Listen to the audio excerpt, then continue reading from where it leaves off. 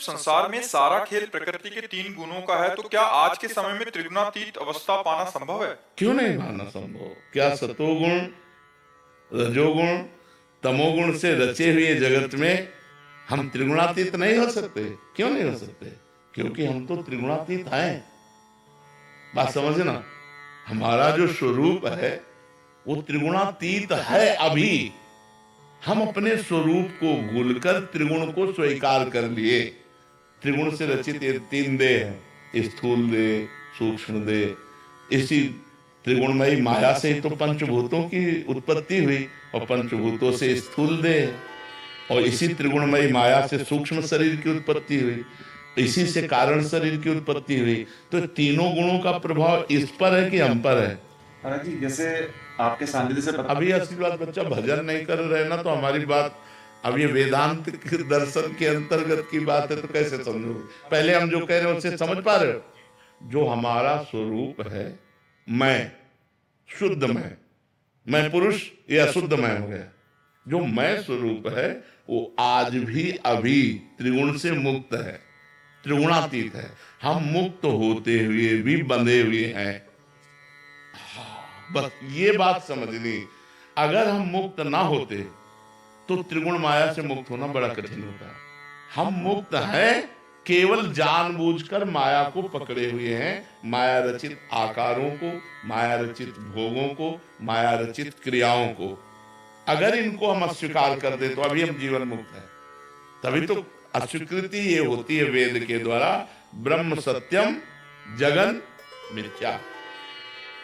परम सत्य केवल वही आत्मस्वरूप ब्रह्म है, और मिथ्या का जब अस्वीकृति हुई तो सत्य स्वरूप में जब स्थित हुआ तो दृष्टि बदली।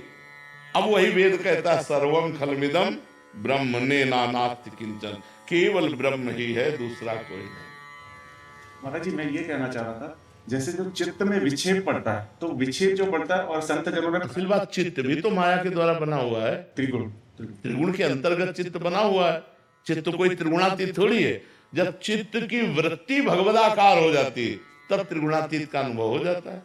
चित्त की वृत्ति मुराद पादार्पित चित्त वृत्ति, एक एक जैसे वृत्तियां का मतलब होता है जैसे समुद्र में तरंग, जैसे समुद्र में तरंग उत्पन्न होती है, ऐसे चित्त रूपी समुद्र में कामनाओं की तरंगे उत्पन्न होती है, वासनाओं की तरंगे उत्पन्न होती है। अब उनको मारने के लिए जैसे नाम जप इन्होंने बताया कि नाम जप के द्वारा हो जाएगा, तो अब हर चित्त वृत्ति में राधा राधा राधा, तो अब जो वासनाएं दुर्वासनाएं दबी हुई चित्त वृत्ति में वो सब भस्म होती चली जाती है नाम के प्रभाव, और चित्त निर्मल होता चला है। और जहां चित्त निर्मल हुआ तो जैसे शांत और निर्मल जल में नीचे क्या है दिखाई देता है, ऐसे शांत और निर्मल चित्त से वो अपने स्वरूप की तरफ देख पाता है, अपने आप से अपने आप को देख पाता है। महाराज जी, जैसे आपके बताए रास्ते में हम लोग चल रहे हैं, तो कई बार माया भी, प्रभु द्वारा जनित जो माया है वो भी विक्षेप डालती है ना। देखो, इसमें प्रभु से प्रेरित माया नहीं डालती।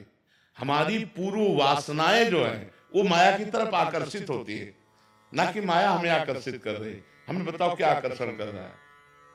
जैसे हमने गुलाब जामुन देखा तो अब हम आकर्षित हो रहे हैं ना, वो गुलाब जामुन आके थोड़ी आकर्षण कर रहा है। हाँ, तो हमें ये देखना है कि हम माया को पकड़े हुए, माया हमें नहीं पकड़े। अगर हम माया से मुक्त अपना अनुभव आज करें तो बहुत जल्दी हम माया मुक्त हो जाएं। बंधेव कीर मरकट की नाई, जड़ चेतन ग्रंथि पड़ गई, यद्यपि मृषा झूठी है, छूटती कथिले छूटला कथिले मना खस्ता निंद्यानि प्रकृति स्थान। जब इंद्रिय प्रकृति के संयोग से सुख का हमें अनुभव करा रही, वही सुख बंधन कारक है, उसी सुख को काटना है। हाँ, तब महाराज जी दुख भी होता है, फिर ऐसा लगता है मन चंगा कटौती में गंगा कैसे हो। हाँ, ये मन चंगा का मतलब अभी जो हम बता चुके ना। देखो, एक मन ही अंतःकरण चतुष्ट है। जब वो संकल्प विकल्प करता है तो मन कहा जाता है, जब निश्चय करता है तो बुद्धि कहा जाता है, जब चिंतन करता है तो चित्त कहा जाता है, और जब क्रिया का कर्ता भोक्ता बनता है तो अहंकार कहा जाता है। एक तत्व ही अंतःकरण चतुष्टय के रूप में प्रकाशित हो रहा है। खूब भजन करो बच्चों, पाप आचरण न हो, बस इससे बचो। गंदा आचरण न हो, इससे बचो, तो बहुत जल्दी अध्यात्म की बात समझ में आने लगेगी और आनंद आने लगे, मस्ती आ जाएगी।